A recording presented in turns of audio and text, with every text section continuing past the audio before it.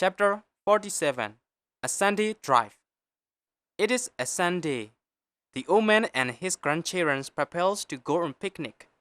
When all things are ready, they get into the car and the old man starts the engine. He looks behind and in front of the car. And then the old man drives his car out of the street and turns into the main road.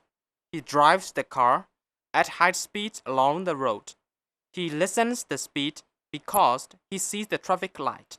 He signals the rear belt to turn right. When his car reaches the traffic, he turns it right. After that, the car passes through the tunnel. When they are passing through the tunnel, his grandchildren count the number.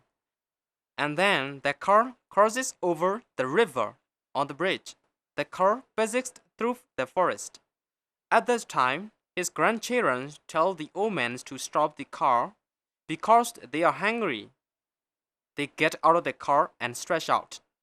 They take the small carpets and foods. The old man sparks the carpet under the shady tree, and they have the foods. Finally, they fall asleep.